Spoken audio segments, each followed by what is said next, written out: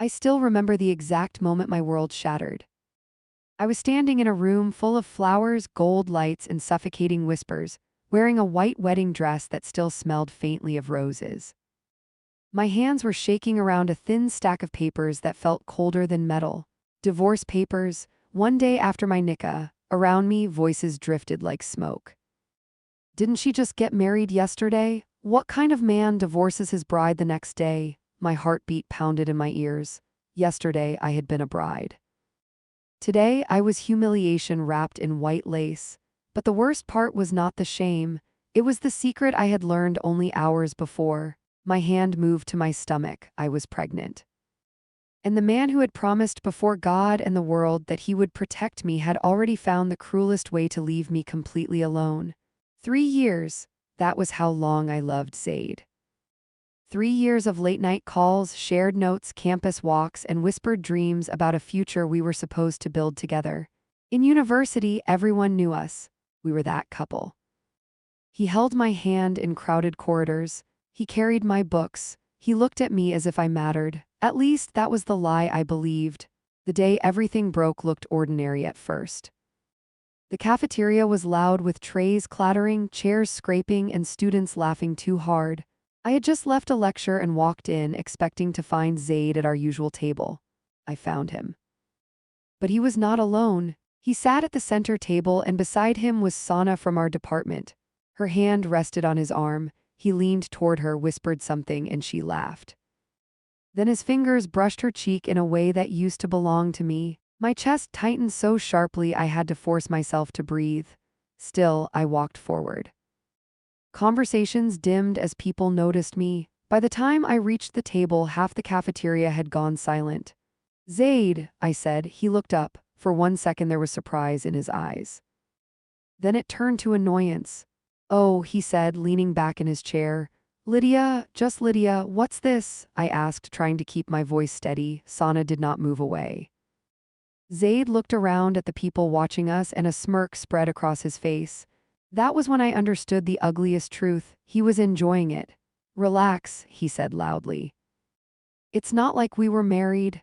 A few nervous laughs rose from nearby tables. 3 years, Zaid," I whispered. "You said—" "I said a lot of things," he cut in. "You took them too seriously." The room went still. Dozens of faces watched me. "Honestly," he continued, "this is why I needed space. You get obsessive." The word hit harder than any physical blow. For one frozen moment, my heart begged me to walk away before I broke in front of everyone. Then Zaid laughed, a light, mocking laugh, and something inside me changed. The world slowed. I saw Sana's amused smile. I saw a girl lift her phone. I saw a boy stop chewing. Then my hand rose. The sound of the slap cracked through the cafeteria like a gunshot. Zaid's head snapped to the side. His cheek flared red. A tray clattered to the floor. Gasps ran through the room. His hand moved to his face as he stared at me in disbelief. "How dare you?" He stopped when he saw my expression, because I was not crying, I was not begging, I was done. "I loved you," I said, my voice low and steady. Then I leaned in so only he could hear me. "But now I'm going to make sure you regret humiliating me." The crowd parted as I walked away. That was the moment my love story ended. And the moment my revenge story began. Revenge begins with patience. 2 weeks after the slap, I found Zaid outside the university library. When he saw me walking toward him, satisfaction flickered in his eyes. He thought I had come back because I could not let go. I stopped in front of him and lowered my gaze. "Zaid," I said softly. His arms folded. "What do you want?" Students slowed nearby, pretending not to listen. "I'm sorry." His brows lifted. I let my voice tremble just enough. "I shouldn't have slapped you." I was emotional. I overreacted. For a moment he studied my face, but arrogance is a blindfold, and Zaid wore it proudly. A smug smile touched his mouth. "Yeah," he said. "You did embarrass me." I nodded like the words hurt. Inside, I felt almost nothing. "I don't want things to stay like this," I said. 3 years meant something to me. He shifted, enjoying every second. "So what, you want me back?" "No," I said quickly. Then I looked up with carefully measured softness. "But maybe we can still be friends." He laughed, thought about it, then nodded. Fine, that was all it took. Over the next several months, we became friends again. We studied together, shared coffee, and sat in the cafeteria where the same people who had watched my humiliation now watched my quiet return. I played my role perfectly. The girl who still cared too much, the girl who had forgiven more than she should, the girl who still wanted access to him. He believed every second of it. Men like Zaid love being admired, so I gave him exactly what he wanted, an audience. I listened when he bragged about his father's business. Import and logistics, he called it, stretching the words like royalty. He talked about power, money, expansion, and connections. Little by little, I asked questions. How big is the company now? Do you really handle international shipments? Your father must keep important files. He loved those questions. Once, while he worked on his laptop in the library cafe, I leaned closer and let admiration soften my face. Shipment logs, invoices, and internal emails flashed on his screen. He was too busy enjoying my attention to notice my phone angled in my lap, camera silently capturing frame after frame. Later, I found more chances. A family dinner invitation where I smiled politely and listened to careless arguments about customs officers and delayed declarations. A late-night call where he bragged about a consignment that had slipped through without inspection. A USB drive, a printer tray left open in his father's office. I gathered everything, contracts. Shipment records, tax files that did not match revenue, emails hinting at bribery, accounts hidden behind shell companies. By the time the full picture emerged, it was uglier than I had imagined. Zaid's family business was not merely shady, it was criminal, smuggling, tax fraud, money laundering. And Zaid, with all his ego and cruelty, handed me the blade that would one day cut through his entire world. While he believed he was rebuilding trust, I was building evidence. While he thought I was still orbiting him, I was mapping his destruction. I had become the quiet architect of his fall. If someone had told me that the most beautiful day of my life would become the doorway to my greatest humiliation, I would have laughed. But cruelty often comes dressed as romance. Months passed. The fake friendship softened into something that looked real. Zaid started calling late at night, texting first, asking how my day had been. Sometimes he would say, "Maybe losing you made me realize what I had." Every time he said it, I lowered my eyes as if hope frightened me. Then he proposed. It happened in a dim restaurant lit by amber lamps and expensive lies. He reached across the table, took my hand, and said, "I was stupid. I know I hurt you, but I want to make it right. I want to marry you." For a second, even I felt the force of the moment.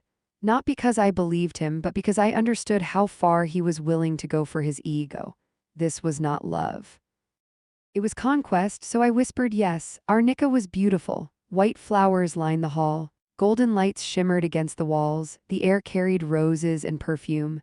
Cameras flashed. My bridal dress flowed around me like a cloud. For one dangerous moment, I almost forgot. The Kazi began. "Lydia, do you accept this marriage?" "Yes," I said again. "Yes." A third time. "Yes." Applause burst through the hall. Blessings followed. People smiled as if they had witnessed destiny healing itself. When Zaid looked at me, he wore tenderness so convincingly that anyone watching would have sworn it was real. That night passed in a blur of congratulations and exhaustion. The next morning, everything split open. I woke in the guest room of Zaid's house still wearing delicate gold bangles. For one brief second, the room felt peaceful. Then the door opened. Zaid walked in, and I knew immediately. The softness in his face was gone. No warmth, no hesitation, only cold control. Without a word, he tossed a stack of papers onto the table beside me. They slid across the wood and stopped near my hand. My stomach tightened. "What's this?" I asked. "Read it." My fingers trembled as I picked them up. The words blurred before sharpening into horror. "Divorce papers." The room tilted. "Zaid," my voice cracked. "What is this?" He leaned against the wall, folded his arms, and smiled. It was not a loving smile. "Did you really think I wanted you back?" he asked. My chest locked with pain. "I don't understand."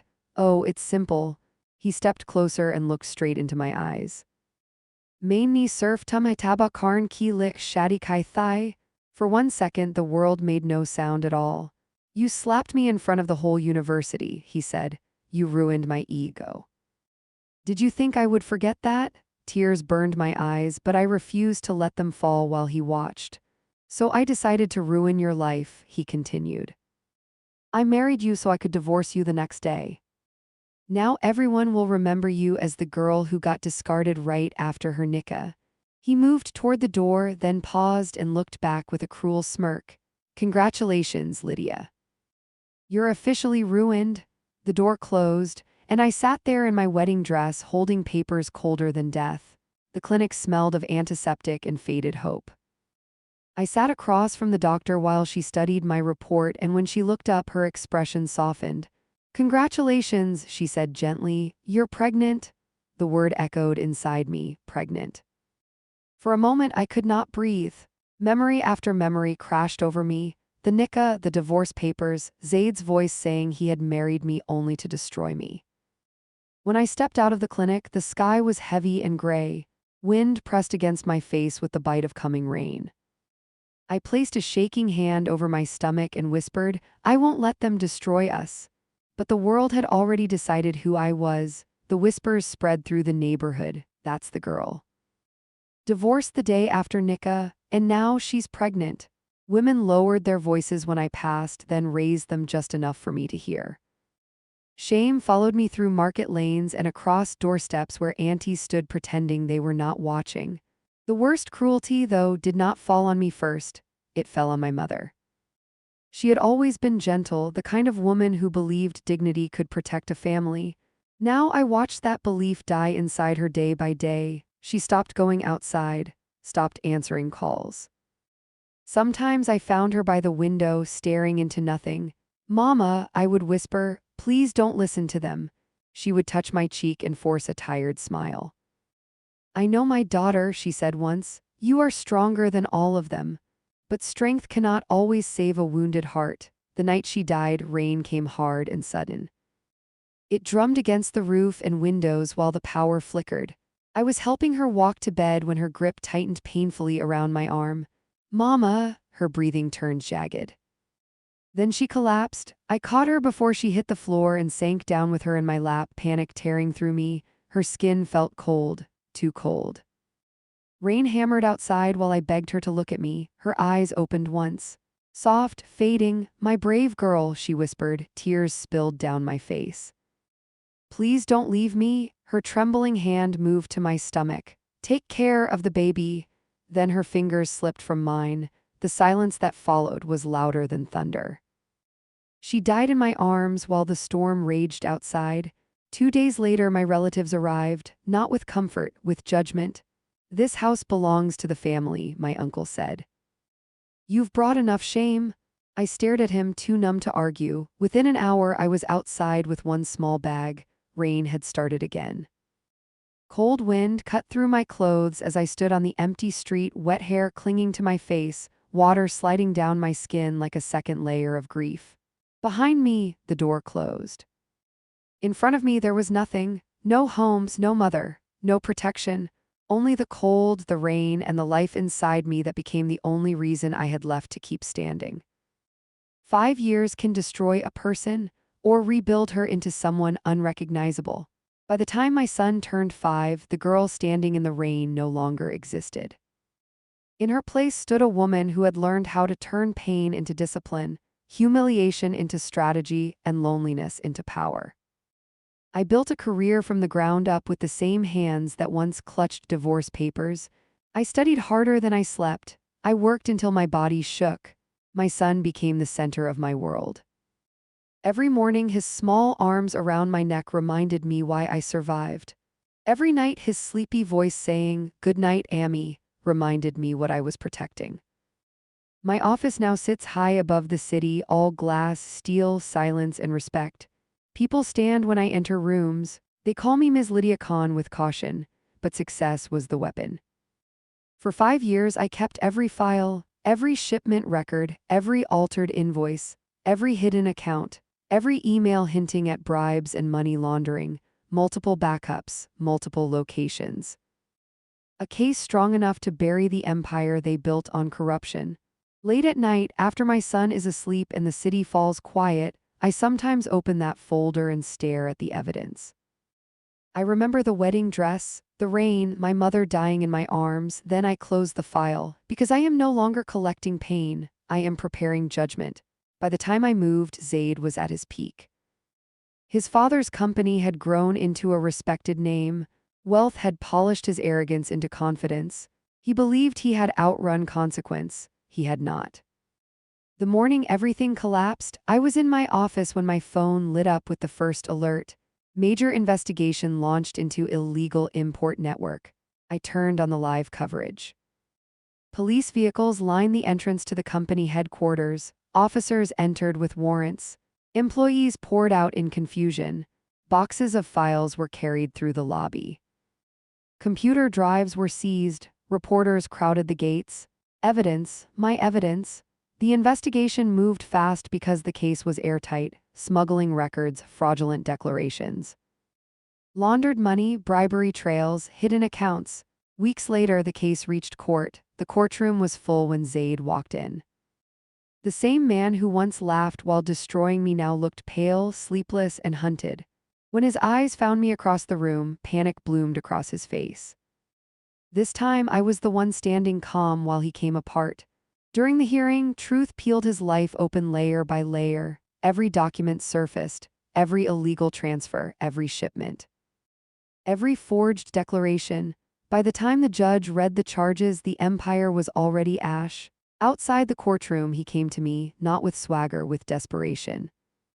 "Lydia, please," his voice shook. "I made a mistake, please help me." For the first time, there was no ego left in him, only fear. I looked at him for a long moment. "You didn't destroy me, Zaid," I said quietly. "You only delayed the day karma reached you." His face collapsed. I turned and walked away before he could speak again. Because karma does not always arrive loudly. Sometimes it waits in silence. Sometimes it lets cruel people climb exactly as high as they want, only so the fall breaks them completely. And when it finally comes, it does not ask for mercy. It simply takes everything back.